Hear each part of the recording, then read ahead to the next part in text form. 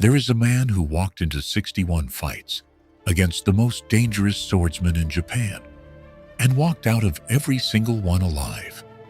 Not because he was the strongest, not because he was the fastest, but because he had understood something about the nature of the human mind that his opponents never did.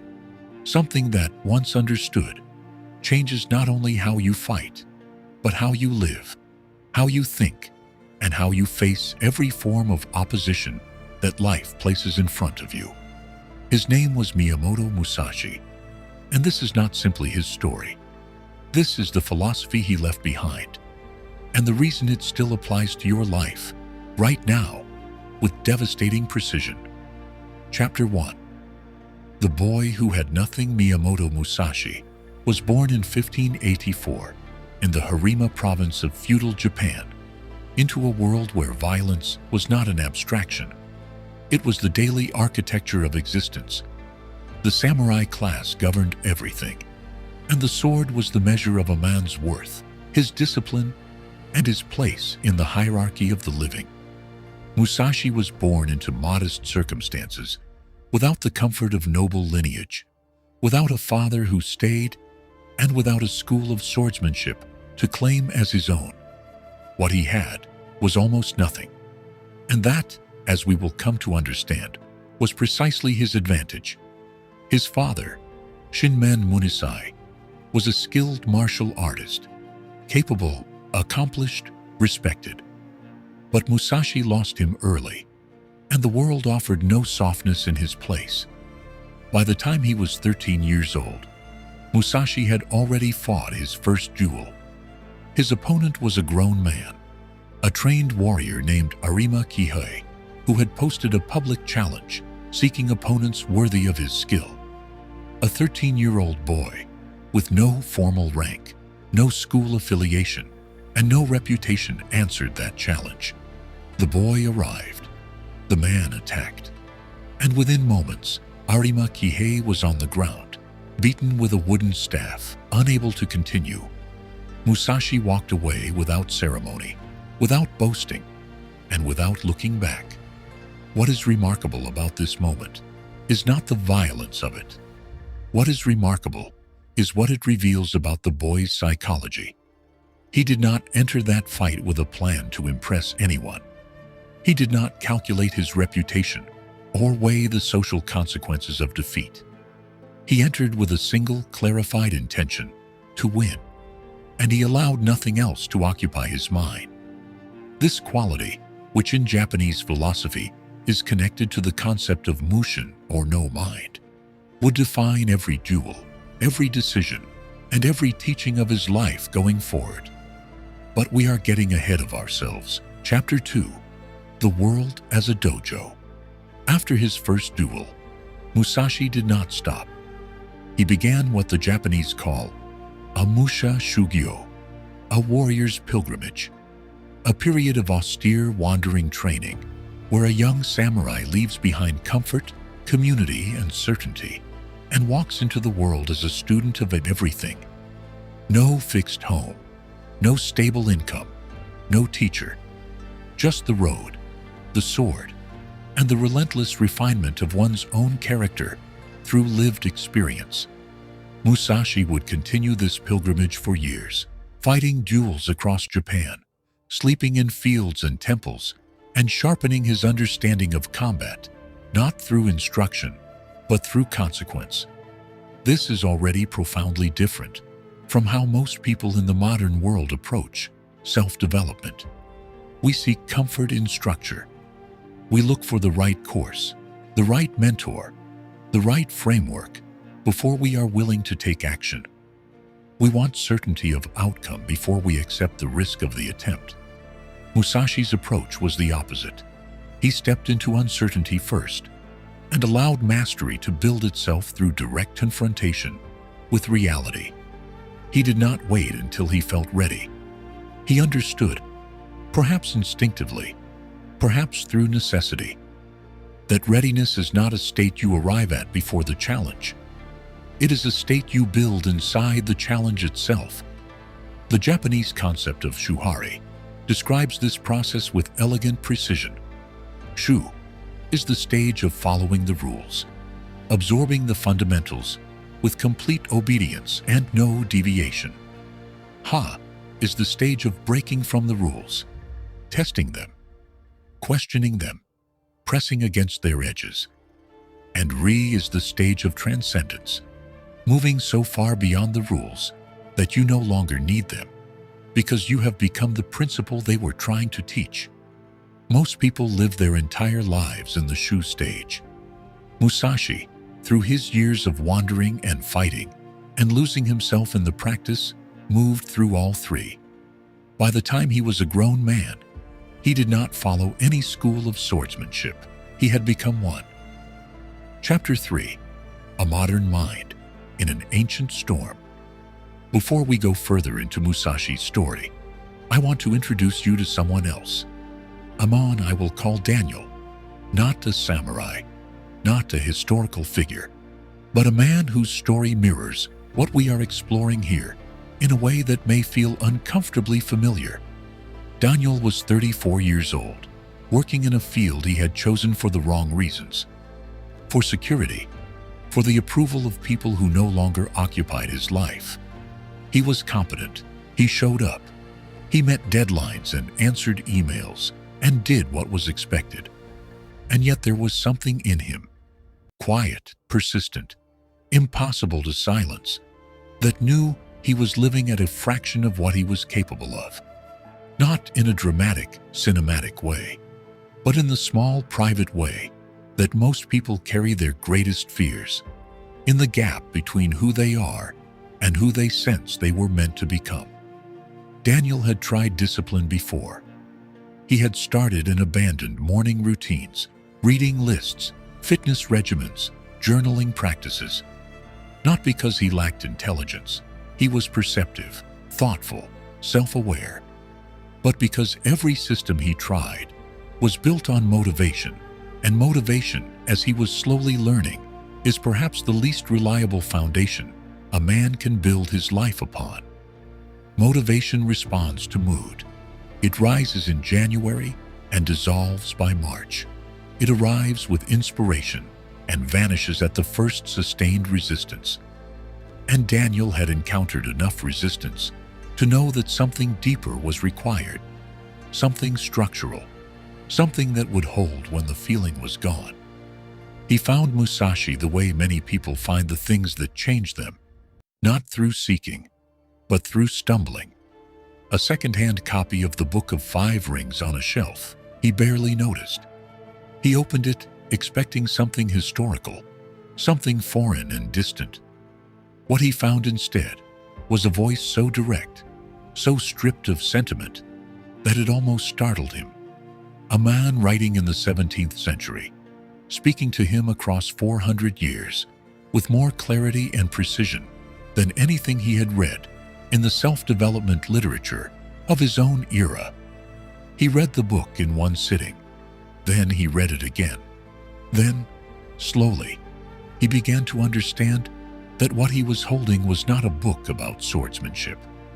It was a book about the structure of the mind under pressure and what it takes to remain whole when everything around you is designed to break you apart.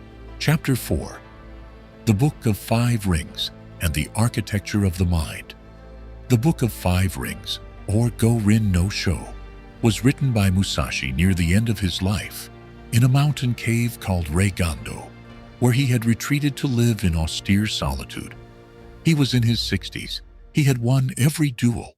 He had outlived his opponents, his rivals, his contemporaries.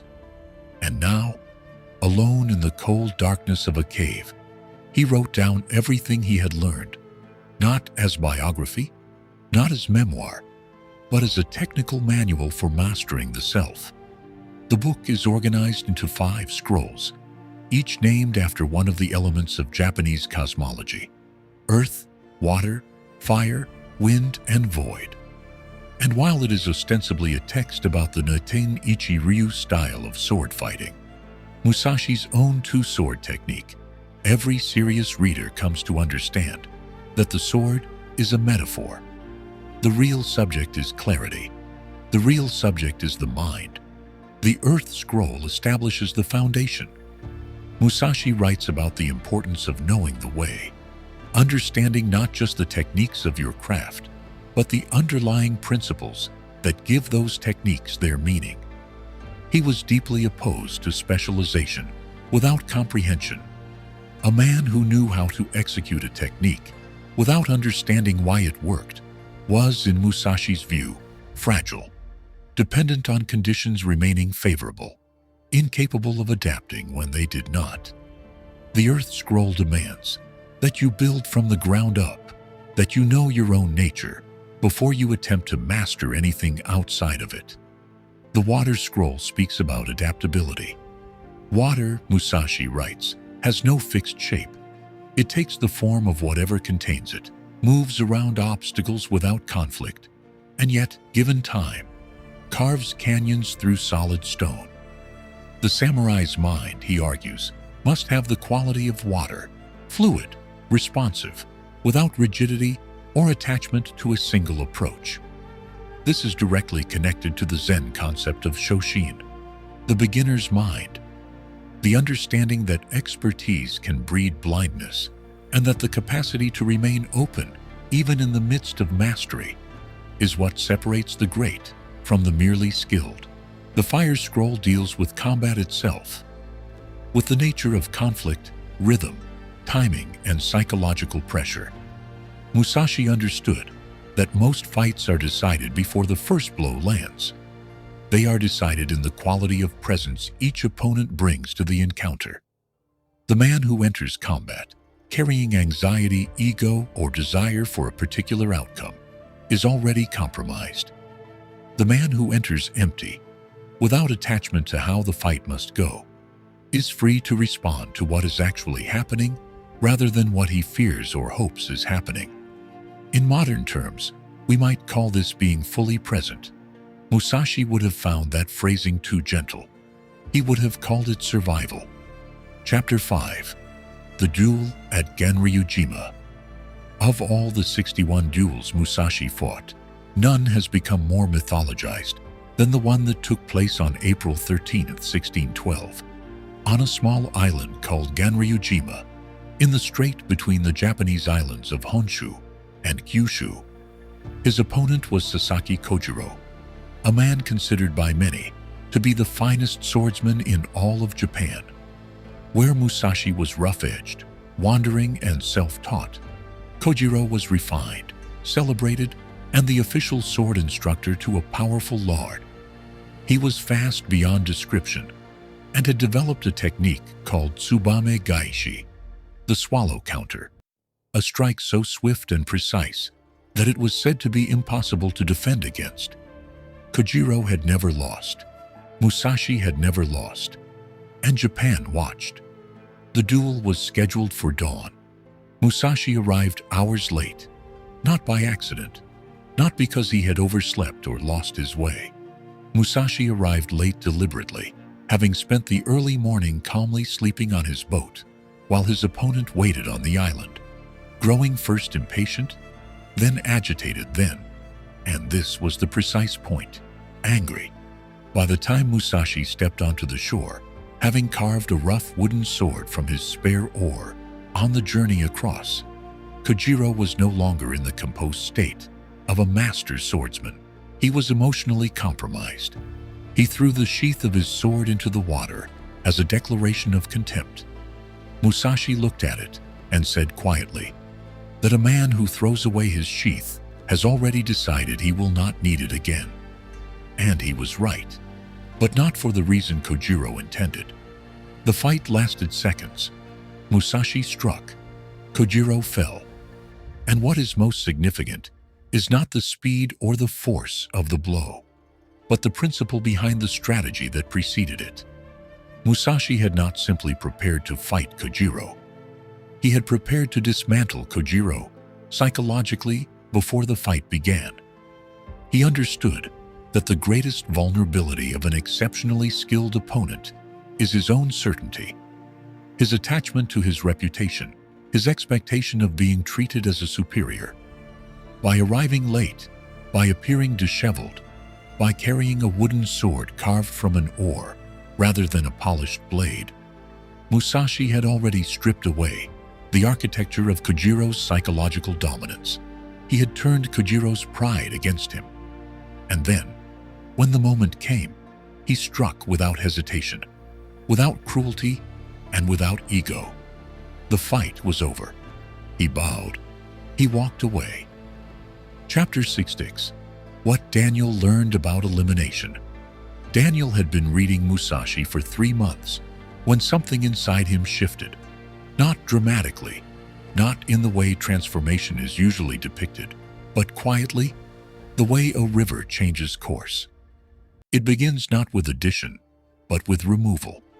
He realized that his life was cluttered, not with possessions or obligations in the obvious sense, but with internal noise, competing desires, opinions he had borrowed from other people and never examined, fears he had never named, goals he had set to impress people he did not respect. He had been trying to build discipline on top of this chaos, the way a man might try to construct a building on unstable ground, adding floor after floor while the foundation continued to shift beneath him. Musashi's 21 precepts, the Dokkōdō, or the way of walking alone, became a kind of mirror for Daniel. Written by Musashi 9 days before his death, the Dokkōdō is perhaps the most concentrated document of self-discipline in the history of warrior philosophy. Its precepts are spare to the point of severity. Do not seek pleasure for its own sake. Do not act following customary beliefs. Do not pursue the taste of good food. Do not hold on to possessions you no longer need. Do not let yourself be guided by the feeling of lust or love. They are not instructions for misery. They are instructions for freedom.